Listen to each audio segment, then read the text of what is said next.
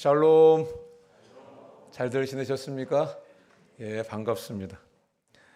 우리 부부는 여러분들 기도해 주셔서 안식월을 잘 다녀왔습니다. 카나다에서 주일날 말씀을 전할 기회가 있었고, 또 선교사 가정과 두 번에 걸쳐서 함께 교제하는 시간들을 가졌습니다. 그리고 카나다와 미국에 있는 자녀들 가정을 돌보면서 믿음의 명문 가문으로 대가 이어가도록 저녁마다 함께 말씀 읽고 찬양하고 말씀 읽고 이런 시간들을 예배를 드렸습니다. 그러면서 하나님, 저희 가정이 믿음의 명문 가정으로 세워주십시오. 이렇게 하나님의 은혜를 구하는 그런 시간을 가지고 돌아왔습니다. 하나님께서 저의 가정과 여러분의 가정 모두 믿음의 명문 가문으로 굳게 세워주시기를 소원합니다. 이 모니터 스피커를 조금 낮춰주시겠습니까? 너무 하우링이 너무 심합니다. 어떤 분이 저한테 유 목사님 왜 한 주 땡겨 오셨어요? 이렇게 얘기하더라고요. 그래서 궁금해하실 것 같아서 제가 카나다에 있는 동안에 계엄이 선포되더라고요. 너무 당황스러웠고 너무 혼란스러웠습니다. 또 조금 있더니 탄핵 정국으로 또 들어가더라고요. 더 혼란스러웠습니다. 그래서 잠이 안 오고 계속 기도가 되더라고요. 내가 이런 상황 속에서 내가 나와 있는 게 맞나, 이런 갈등을 참 많이 했습니다. 그러다가 미국에 있으면서 안 되겠다, 빨리 한 주라도 당겨서 들어가는 것이 맞겠다, 그렇게 생각을 하고 비행기 표를 조정해서 한 주 당겨서 들어왔습니다. 자, 우리는 계속해서 이제 마태복음 25장 말씀을 나누고 있습니다. 마태복음 25장에는 예수님께서 다시 오실 때에 이 세상을 심판하는 기준과 상 주시는 기준을 다루는 세 가지 비유가 있습니다. 우리 두 가지 비유를 나눴습니다. 첫 번째 비유는 뭡니까? 첫 번째 비유는 열처녀 비유입니다. 두 번째 비유는 달란트 비유를 나눴습니다. 오늘 나누게 될 이 비유, 세 번째 비유, 종말에 대한 결론 부분으로 양과 염소의 비유입니다. 우리 한번 31절에서 33절 다 같이 한번 한 목소리로 읽겠습니다. 읽습니다. 시작. 인자가 자기 영광으로 모든 천사와 함께 올 때 자기 영광의 보좌에 앉으리니 모든 민족을 그 앞에 모으고 각각 구분하기를 목자가 양과 염소를 구분하는 것 같이 하여 양은 오른편에 염소는 왼편에 두리라. 여기서 인자가 자기 영광으로 오겠다 말씀하실 때 이 인자는 예수님을 의미하는 것입니다. 예수님이 세상 마지막 날에 천사들과 함께 이 땅에 오실 것입니다. 그리고 영광의 보좌에 앉으신다, 이렇게 말씀하셨습니다. 그리고 영광의 보좌에 앉으셔서 모든 민족을 그 보좌 앞에 다 모으시겠다 그랬습니다. 그래서 오른편에는 양, 왼편에는 염소로 그렇게 나누겠다, 그렇게 말씀하셨습니다. 오늘 비유를 조금 더 잘 이해하기 위해서 그 시대, 팔레스타인 시대의 그 문화를 좀 이해하면 좀 도움이 될 것 같습니다. 예수님 당시에 팔레스타인 지방에서는 이 양과 염소를 함께 방목을 했습니다. 그러다가 저녁이 되면은 양과 염소를 나누었습니다. 나누어서 이제 밤을 지내게 했던 것입니다. 그래서 그 당시 유대인들은 이 문화를 잘 알고 있었기 때문에 예수님의 이 이야기를 들으면서 그래, 그렇지, 목자가 저녁에 양과 염소를 나누지, 이렇게 예수님의 비유가 귀에 쏙쏙 들어왔을 것입니다. 자, 여러분 마찬가지입니다. 모든 사람이 지금 이 세상이라는 초원에 다 섞여 살고 있습니다. 그러나 우리 예수님이 오시는 세상 마지막 날에는 양과 염소가 정확하게 구분되는 것입니다. 여러분은 양인 것 같습니까? 염소인 것 같습니까? 자, 우리 한번 34절을 다 같이 읽겠습니다. 읽습니다. 시작. 그때 임금이 그 오른편에 있는 자들에게 이르시되 내 아버지께 복받을 자들이여 나와 창세로부터 너희를 위하여 예비된 나라를 상속받으라. 자, 오른편에 있는 예수님이 지금 오른편에 있는 사람들에게 말합니다. 내 아버지께 복받을 자들이여, 이렇게 예수님이 말씀하십니다. 여러분, 여기서 복이 어떤 복일까요?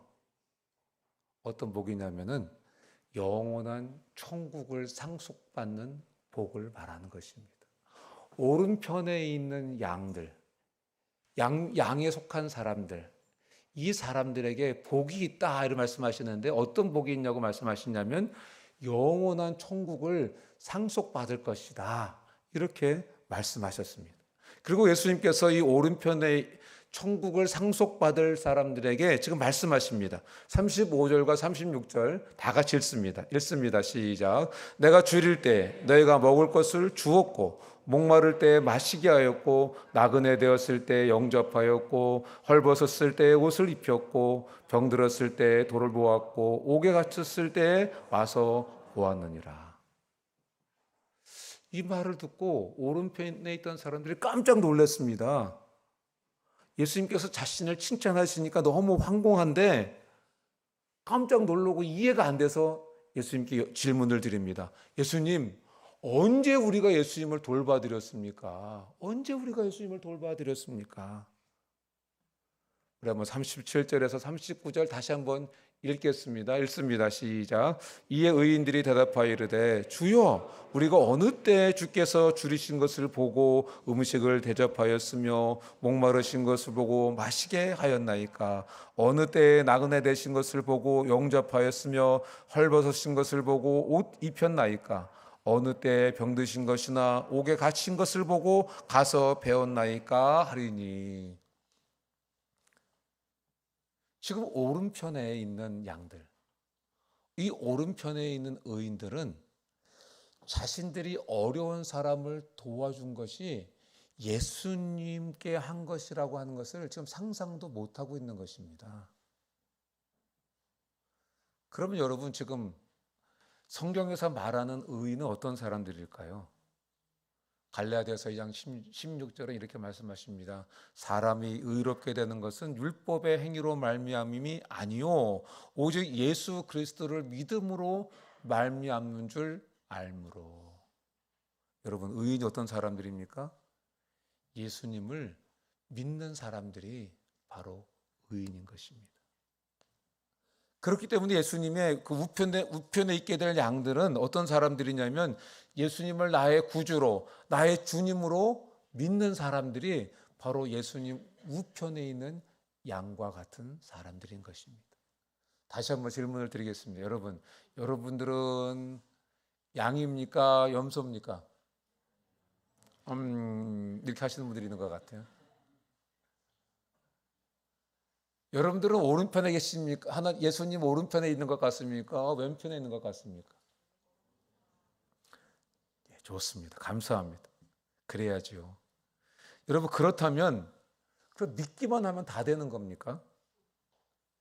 믿으면 끝나는 겁니까? 그렇지 않습니다.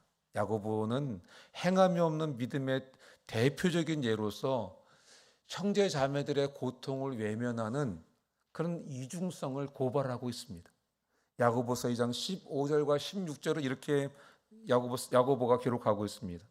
만일 형제나 자매가 헐벗고 일용할 양식이 없는데 너희 중에 누구든지 그에게 이르기를 평안히 가라, 덥게 하라, 배부르게 하라 하며 그 몸에 쓸 것을 주지 아니하면 무슨 유익이 있으리요. 입을 옷이 없고 먹을 양식이 없는 형제 자매들을 향해서 손을 펴서 God bless you, God bless you 이렇게 하고 있는 것을 지금 고발하고 있는 것입니다.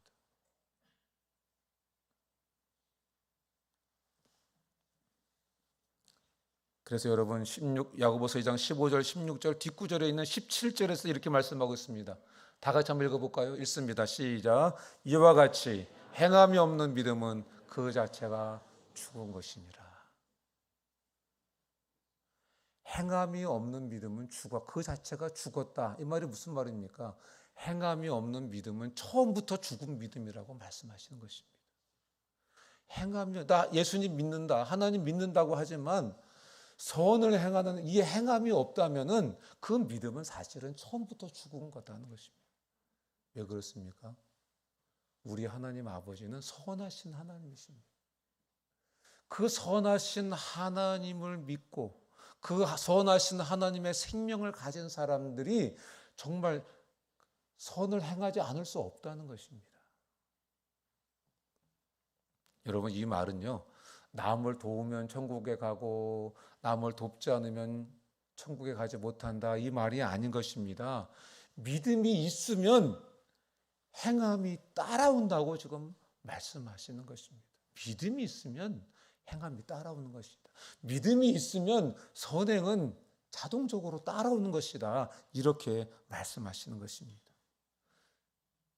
신앙생활을 하다 보면 믿음이 좋다고 하는 분들이 제법 많습니다. 그런데 여러분, 이 행함이 없는 믿음은, 선을 행하는 이 행함이 없는 믿음은 진짜 믿음이 아니라고 지금 우리에게 말씀해 주고 계시는 것입니다. 그렇다면 믿음으로 의롭게 된다는 말씀 속에 담긴 의미가 무엇일까요? 그 믿음이 참된 믿음이라면 반드시 그 믿음이 선행으로 나타나야 된다. 이렇게 우리에게 지금 말씀해 주고 계시는 것입니다. 믿음이 뿌리라면은 행함은 그 믿음의 열매라고 우리에게 말씀해 주고 계시는 것입니다. 마지막 때 심판의 날 예수님의 오른편에 서게 될 양부리들은 자신의 믿음을 행함으로, 자신의 믿음을 선행으로 증명한 사람들이 되는 것입니다. 오늘 본문에서 의인들은 자신들이 어려운 사람들을 도와준 것이 예수님께 한 것이라는 것을 상상도 못했습니다. 이런 의인들에게 예수님이 대답하십니다. 40절입니다. 다 같이 한번 읽습니다. 시작. 임금이 대답하여 이르시되 내가 진실로 너희에게 이르노니 너희가 여기 내 형제 중에 지극히 작은 자 하나에게 한 것이 곧 내게 한 것이니라 하시고, 여기서 보면 여기 내 형제 중에 지극히 작은 자 하나에게 한 것이 내게 한 것이다, 이렇게 말씀하십니다. 그러면 여러분, 여기서 형제는 어떤 사람들일까요? 형제에게 한 것이 내게, 하나님 예수님께 한 것이다, 이렇게 말씀하시는데 이 형제는 어떤 사람일까요? 마태복음 28장 10절에 보면 예수님께서 죽음에서 부활하신 다음에 이렇게 말씀하셨습니다. 무서워하지 말라. 가서 내 형제들에게 갈릴리로 가라. 이렇게 말씀하셨습니다. 내 형제들이 누굽니까? 예수님을 따르던 제자들을 의미하는 것입니다. 예수님의 형제들은 누굽니까? 예수님을 따르는 제자들인 것입니다. 마태복음 12장에 보면은요, 예수님께서 무리들을 가르치고 계셨습니다. 그럴 때 어떤 사람이 예수님께 와서 이야기합니다. 예수님, 당신의 어머니와 당신의 형제들이 당신을 찾습니다. 그럴 때 예수님께서 뭐라고 말씀하셨습니까? 누가 내 형제고 내 모친이냐? 내 아버지의 뜻대로 행하는 자가 내 형제고 내 모친이다. 이렇게 말씀하셨습니다. 지금 예수님께서 혈육의 형제도 형제라고 말씀하고 계시지 않습니다. 어떤 사람? 아버지의 뜻대로 행하는 구원받은 하나님의 자녀들, 아버지의 뜻대로 행하는 예수님의 제자들이 형제라고 지금 말씀하시는 것입니다. 예수님은 세상에 있는 사람들을 형제라고 말씀하지 않으셨습니다. 예수님께 병을 고쳐달라고 찾아온 사람에게 예수님께서 형제여 내가 무엇을 도와줄까 이렇게 말씀하신 적도 없습니다. 여러분, 우리가 형제님, 자매님 이렇게 부릅니다. 이 말은 예수님의 형제고 예수님의 자매라는 의미인 것입니다. 그래서 우리가 형제님, 자매님 이렇게 부를 때 이 형제, 자매라고 하는 것은 대단한 호칭인 것입니다. 너무 존귀한 호칭입니다.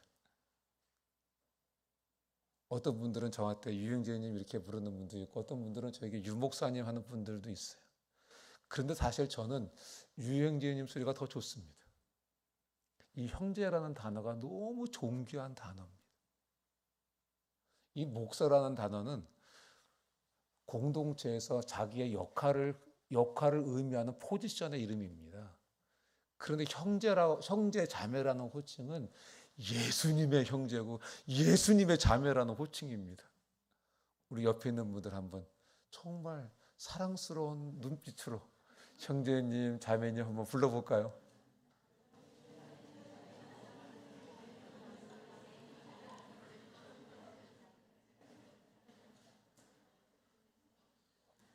여러분, 형제라는 호칭은 정말 존귀한 호칭입니다. 형제님, 자매님, 이게 너무 좋은 호칭입니다. 오늘 본문에서 형제는 어떤 사람이라고 말씀하십니까? 구원받은 사람들, 예수님의 제자들이 이 형제들이다 이렇게 말씀하십니다. 이들에게 선을 행하는 것이 바로 예수님께 하는 것이다 이렇게 말씀하신 것입니다. 예수님을 믿고 예수님의 생명이 들어온 크리스찬들은 선한 일을 하게 되어 있습니다. 왜 그러냐면 선하신 그 하나님의 생명이 내 속에 들어와 있기 때문에 그렇습니다. 그런데 먼저 우리에게 말씀하시는 것은 있습니다. 안 믿는 사람들도 사랑하고 그들도 섬겨야 된다. 왜? 예수의 생명이, 하나님의 선하신 생명이 있기 때문에. 그런데 우선순위가 있다. 그 우선순위는 누구냐? 믿는 자에게 먼저 해야 된다. 이렇게 우리에게 말씀해 주고 계시는 것입니다. 갈라디아서 6장 10절 말씀입니다. 그러므로 우리는 기회가 있는 대로 모든 이에게 착한 일을 하되, 기회가 있는 대로 믿는 사람이든 안 믿는 사람이든 모든 사람들에게 착한 일을 해야 한다고 말씀하십니다. 왜? 우리 속에 예수 생명이 있기 때문에, 우리 속에 선하신 하나님의 생명이 있기 때문에 그것은 너무나 자연스러운 것입니다. 그런데 뭐라고 말씀하십니까? 더욱 믿음의 가정들에게 할지니라. 우선순위가 믿는 형제라고 우리에게 말씀해주고 계시는 것입니다. 그런데 오늘 본문을 보면은요, 의인들은 자기가 선을 행하고 난 다음에도 자신들이 언제 선을 행했냐고 예수님께 질문을 드립니다. 왜 그랬습니까? 무의식적으로 했기 때문에 그렇습니다. 무의식적으로. 그러면 왜 무의식적으로 하게 될까요?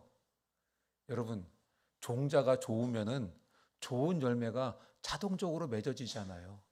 그거하고 마찬가지인 것입니다. 우리가 이미 하나님의 자녀로 태어났기 때문에 이미 우리는 이 헐벗은 형제를 자매를 보게 되면은 하나님 아버지의 마음으로 돕지 않을 수가 없다는 것입니다.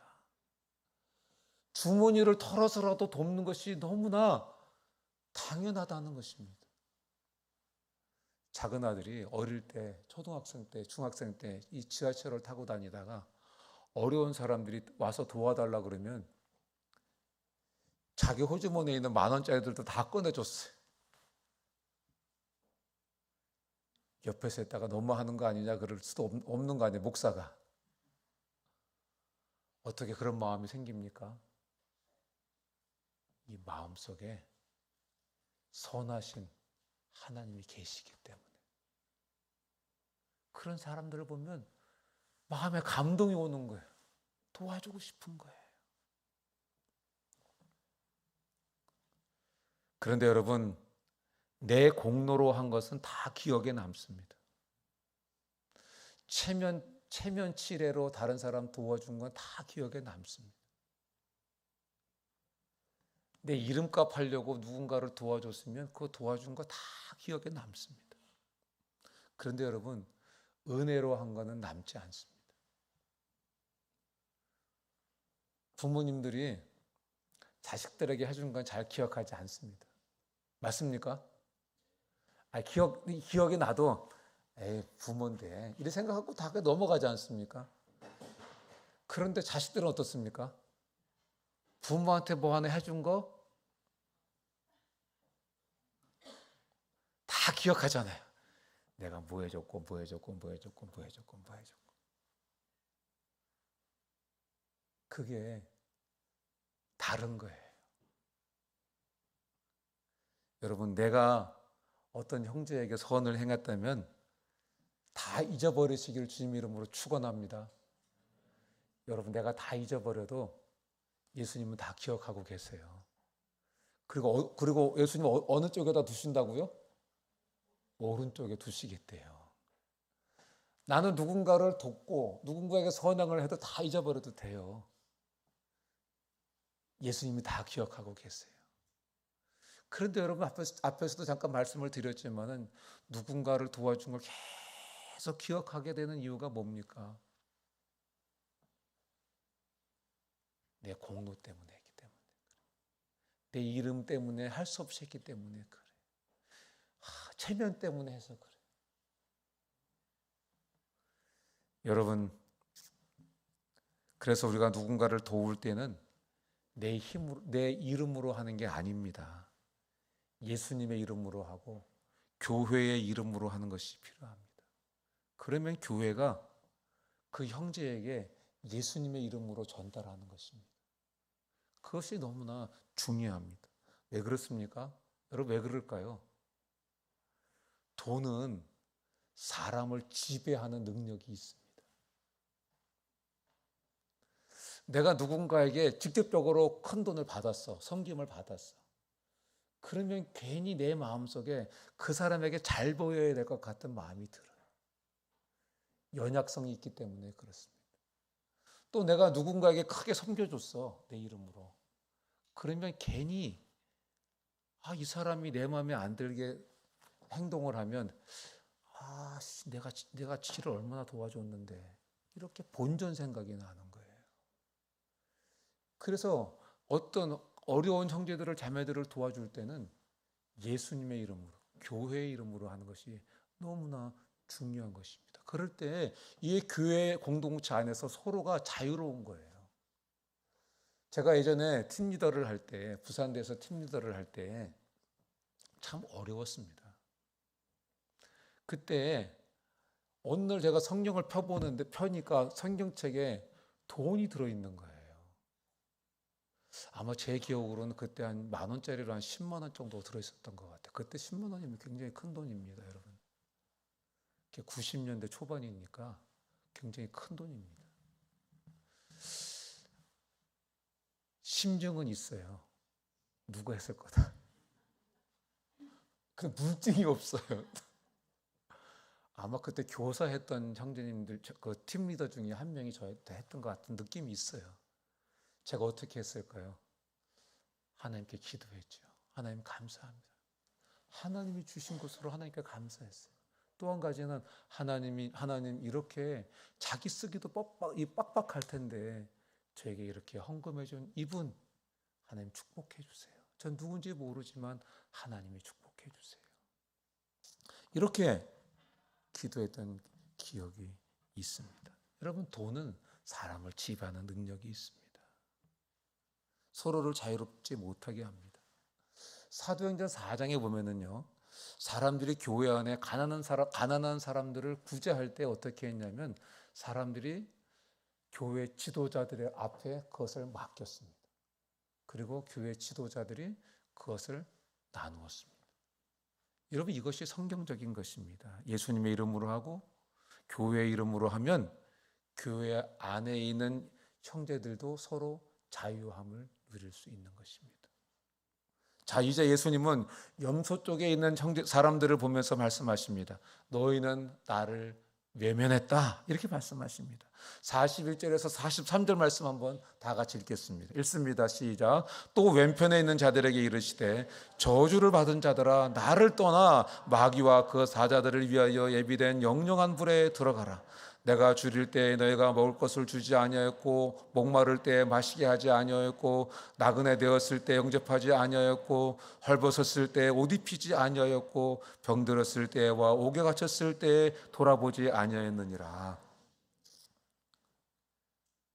이 말씀을 들은 염소 쪽에 있던 사람들이 할 말이 있습니다. 예수님, 질문이 있습니다. 언제 우리가 예수님을 못 붙잡겠습니까? 그런 적 없습니다. 언제 예수님이 우리 앞에 나타나셨습니까? 그런 적 없지 않습니까? 이렇게 예수님께 질문을 드렸습니다. 44절입니다. 다 같이 한번 읽어보겠습니다. 읽습니다. 시작. 그들도 대답하여 이르되 주여 우리가 어느 때에 주께서 줄이신 것이나 목마르신 것이나 나그네 되신 것이나 헐벗으신 것이나 병든 것이나 옥에 갇히신 것을 보고 공양하지 아니하더이까. 이 말은 무슨 말입니까? 예수님, 우리가 그들이 예수님인지 몰랐기 때문에 그랬던 거 아닙니까? 그 사람들이 예수님인 걸 알았다면 우리가 그렇게 했겠습니까? 우리가 얼마나 잘 대접했겠습니까? 이렇게 지금 예수님께 답을 드리고 있는 것입니다. 이 말 속에 함축되어 있는 내용이 무엇입니까? 사람 봐가면서 섬기겠다는 것입니다. 내가 이 사람에게 잘하면 내가 도움이 될 것 같고, 내가 이 사람에게 안 해도 도움 안 될 것 같고, 그러면 안 하겠다는 겁니다.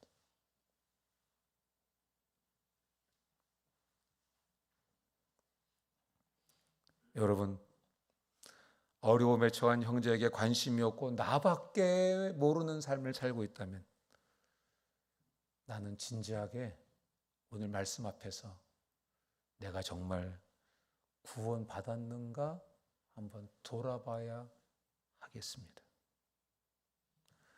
우리나라 초기 기독교가 들어올 때 미국 선교사들이 들어와서 선교를 합니다. 근데 우리나라가 겨울이 되면 그 옛날에 먹을 게 없었답니다. 그래서 겨울이 되면 굶어 죽는 사람들이 그렇게 많았답니다. 그래서 이 선교사들이 외국에서 선교 헌금을 받아와 가지고 그 돈으로 겨울 내내 성도들을 먹여 살렸답니다. 그런데 그 돈도 한계가 있잖아요. 그런데 이 교회 안에 있는 성도들이요, 서로 이 콩 한 조각도 서로 나누어 먹었답니다. 그래서 교회 바깥에 있는 사람들은 굶어 죽는 사람들이 그렇게 많았지만 교회 안에 있는 사람들은 굶어 죽는 사람들이 없었다고 합니다. 그렇게 그 시대에는 가난한 형제를 그렇게 서로 돌보고 살았던 것입니다. 제가 이번에 작은 아들하고 미국에서 이제 저녁마다 예배드리면서 이 성탄절이 가까웠기 때문에 성탄절 찬양을 많이 불렀어요. 그러면서 아들 부부에게 이야기했습니다. 너희들 이렇게 넉넉하게 사는데 가난한 사람도 돌아봐야 된다. 꼭 해야 된다. 가난한 사람들 꼭 돌봐줘야 된다. 그랬더니 둘째 며느리가 저한테 딱 하는 얘기가 있어요. 아버님, 뜬금없지만 갑자기 한 사람이 떠올랐어요. 이렇게 얘기하더라.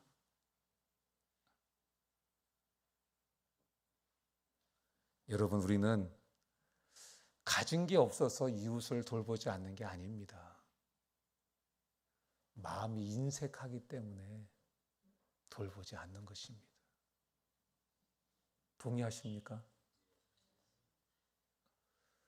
여러분, 부자라고 구제 많이 하는 것 같습니까? 그렇지 않습니다. 그렇지 않습니다. 제가 유튜브를 보다가 한 유튜브가 재밌어서 한번 봤어요. 손절해야 될 사람 1순위 나왔더라고요.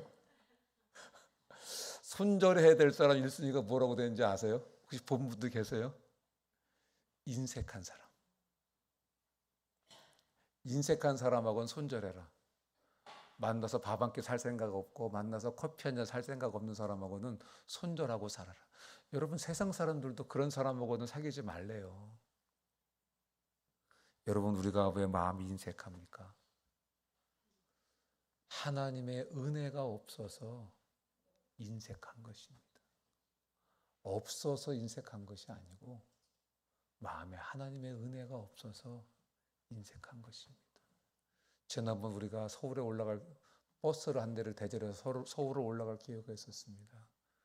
그럴 때 김밥집 하는 사장님이 김밥을 섬기겠다고 그러셨어요. 그 넉넉한 분도 아니에요. 그런데 그 버스에 타고 올라가는 분들을 위해서 김밥을 섬기시겠대. 그날이 주일입니다. 그러면 김밥을 싸려면 얼마나 새벽부터 이런 50줄을 싸셔야 되겠습니까? 그리고 또 그 김밥 재료값은 또 어떻게 할 겁니까? 제가 그분을 통해서도 한 가지 생각된 게 있어요. 아, 이 인심은 은혜의 마음에서 나오는 거구나. 우리가 인색한 것은 은혜가 없기 때문에 그런 것입니다. 요한일서 3장 17절 말씀 우리 한번 다 같이 읽습니다. 시작. 누가 이 세상 재물을 가지고 형제의 궁핍함을 보고도 도와줄 마음을 닫으면 하나님의 사랑이 어찌 그 속에 거하겠느냐. 이 말씀이 어떤 말씀입니까? 나한테 세상 재물이 있습니다. 그리고 내가 가난한 사람도 봤습니다. 그런데 내 마음이 도와줄 마음을 딱 닫아버렸습니다. 돈도 있습니다. 가난한 사람도 봤습니다. 그런데 도와줄 마음을 딱 닫아버렸습니다. 뭐라고 말씀하십니까? 그러면 어찌 내 속에 하나님의 사랑이 있겠냐? 무슨 말씀입니까? 어찌 구원받은 백성이라고 할 수 있겠느냐? 그럴 수 없다. 이렇게 말씀하시는 것입니다. 우리 속담에 곳간에서 인신난다는 말이 있습니다. 그런데 여러분 제가 살아보니까요. 부자들이 더 구두쇠더라고요. 동의하세요? 제가 살아보니까 그렇더라고요. 제가 보니까 그렇더라고요. 여러분 인심은 곳간에서 나오는 것이 아닙니다. 인심은 은혜 받은 심령에서 나오는 것입니다. 45절에서 예수님이 이렇게 말씀하십니다. 이 지극히 작은 자 하나에게 하지 아니한 것이 바로 나에게 하지 않은 것이다. 여러분 지극히 작은 자가 누굴까요? 예수님 믿는 사람들 중에서 믿음이 연약한 사람들, 경제적으로 어려운 사람들, 내 도움이 아니면 바로 설 수 없는 사람들, 내가 도와줘도 보답할 수 없는 사람들, 그런 사람들이 바로 작은 사람들입니다. 형제 중에 지극히 작은 자입니다. 그러면 큰 자는 어떤 사람일까요? 일단 돈이 많은 사람이 큰 자겠죠. 명예가 있는 사람이 큰 자겠죠. 건강한 사람도 큰 자겠죠. 또 똑똑해가지고 이런저런 지식을 많이 가지고 있는 사람도 큰 자겠죠. 다른 사람보다 정보를 많이 가지고 있는 사람도 큰 자겠죠. 여러분 어디에 해당되십니까?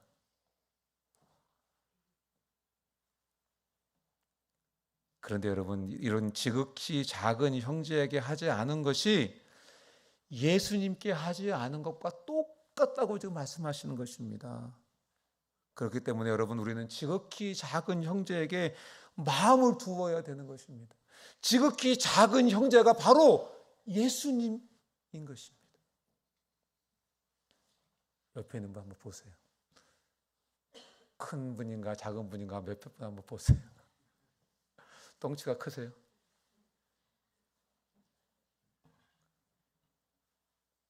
여러분 그분이 바로 예수님이세요. 옆에 있는 분이 바로 예수님이세요. 아멘이십니까?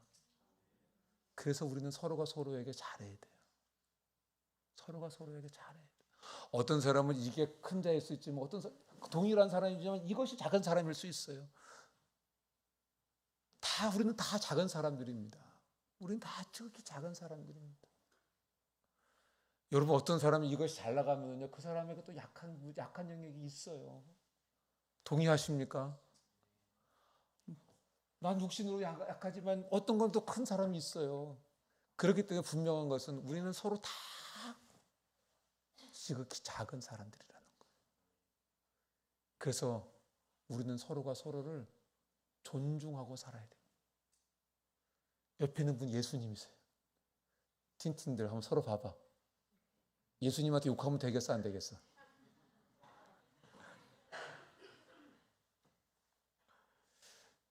예수님 헐뜯고 다니면 되겠습니까? 안 되겠습니까? 안 됩니다. 우리는 다 지극히 작은 자들입니다. 그래서 우리는 서로가 서로를 이분 예수님이구나 이러고 살아야 되는 거예요. 그런데 여러분, 나하고 피와 한 봉을 섞이지 않은 형제 중에 지극히 작은 자들과 내가 무슨 연관이 있다고 그들에게 선을 행하는 것이 예수님을 섬기는 것이라고 예수님이 지금 말씀하고 계시는 것입니까? 이유가 무엇입니까? 그것은 내가 예수님을 믿고 예수님과 연합되어 예수님의 지체가 되었기 때문에, 그리고 예수님은 이 지체의 머리가 되었기 때문에 우리는 서로 다 한 몸에 있는 지체들입니다. 제가 손가락을 다쳤어요. 이만큼 칼로 베었어요. 그러면 이쪽 손이 그래 고생 좀 해봐라. 이렇게 하면 이게 제 지체 맞습니까? 안 맞습니까? 안 맞죠. 이상한 거 아닙니까? 지체라고 하는 것은 어디가 하나 아프면 다 같이 온몸이 다 같이 아파하잖아요. 그게 깊게 베면은 온몸이 이거 보면서 약간 이런 거 경험 안 해보셨어요? 해병대만 경험해 본 것 같네요.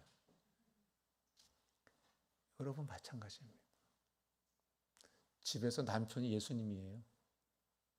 집에서 아내가 예수님이에요. 집에서 자녀들이 예수님이에요. 그 예수님한테 함부로 하지 맙시다 우리.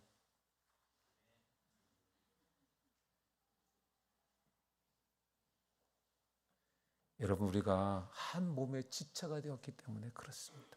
그래서 그들의 고난과 약한 것과 아픈 것을 우리가 그냥 넘어갈 수가 없는 것입니다.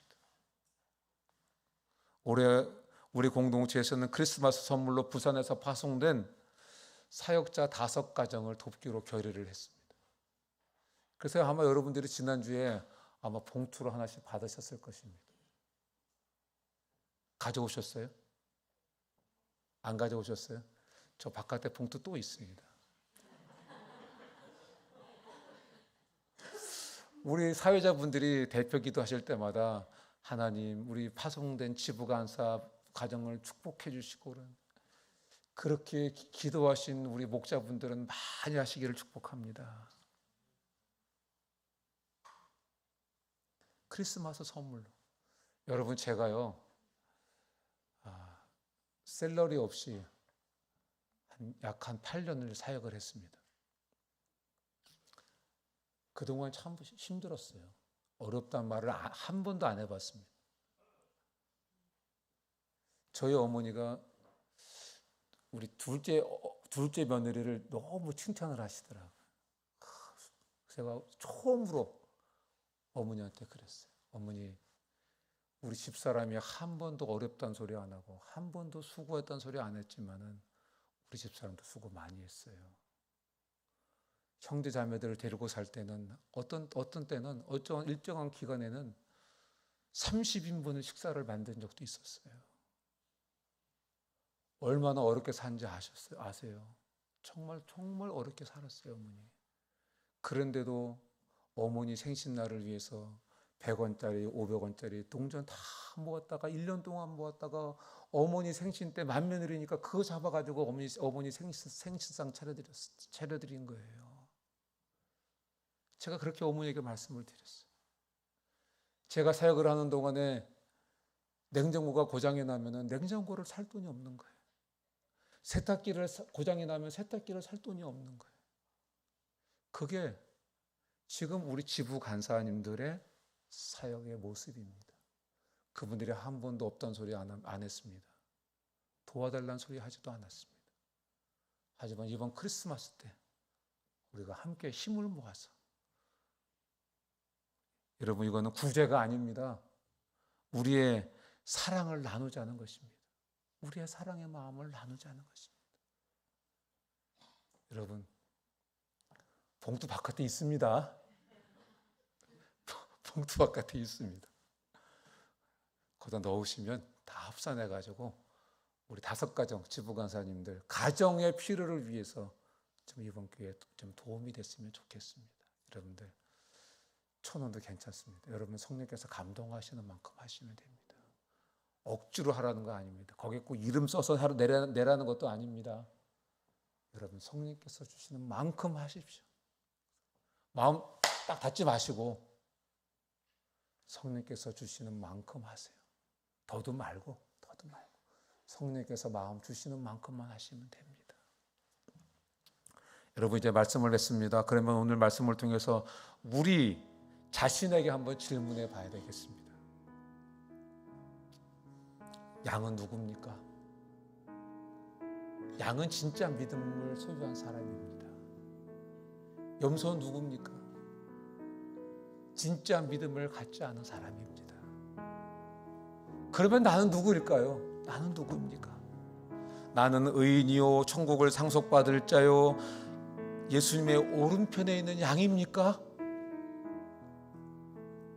그렇다면 지극히 작은 형제를 향한 시선이 달라져야 할 줄로 믿습니다. 내가 의인이고 내가 천국을 상속받을 자고 예수님의 오른편에 있는 양이라면, 그렇다면 지극히 작은 형제를 향한 나의 시선이, 나의 태도가, 나의 마음가짐이 달라져야 할 줄로 믿습니다. 우리 들은 말씀 생각하면서 한번 주여 한번 외치고 주 앞에 우리 간절히 기도하기를 원합니다. 주여, 아버지 은혜와 사랑에 감사합니다. 오늘도 우리에게 귀한 말씀을 들려주시고 우리 자신을 돌아보게 하시니 감사합니다. 아버지 주위에 있는 형제들을 자매들을 이해해 주시고 그들을 향해서 올바른 시선을 가지고 살아가도록 아버지 도와주시고, 아버지 올바른 주님 앞에 살아가도록 아버지 도와주시옵소서. 아버지 생생내고 살지 않게 해주시고 자존심 때문에 살지 않게 해주시고 예수님 때문에, 내 속에 계신 그 주님 때문에, 내 속에 주신 그 선한 마음 때문에 선한 마음으로 살아가는 제가 되게 하시고 우리가 되도록 아버지 은혜 베풀어 주시옵소서. 감사합니다. 예수님 이름으로 기도합니다. 아멘. 우리 다 같이 일어나셔서 함께 찬양하시겠습니다.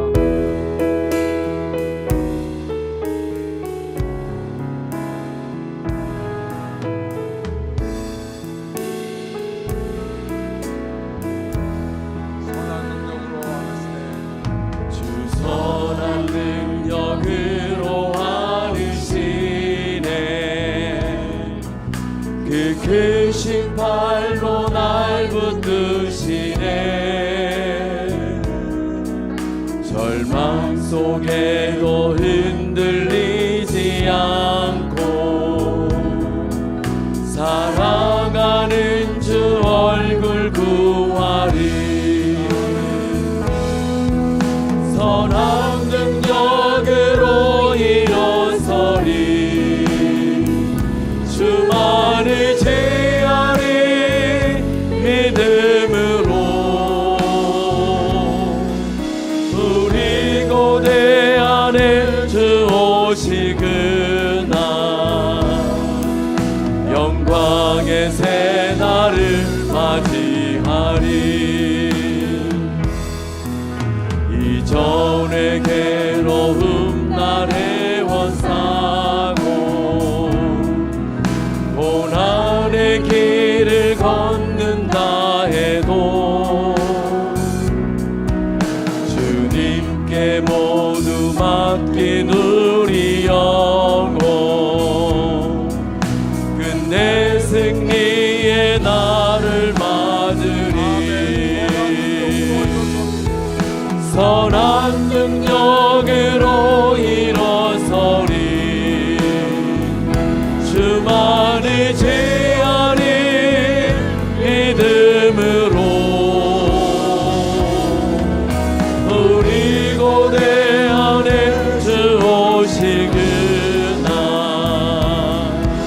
영광의 새날을 맞이하리. 주님이 마신 고난의 쓴 잔을 우리도 감사하며 받으리. 주님의 남은 고난 채워가며 예수와 복음 위에 살리라. 선한 능력으로 일어서리. 주만 의지하리.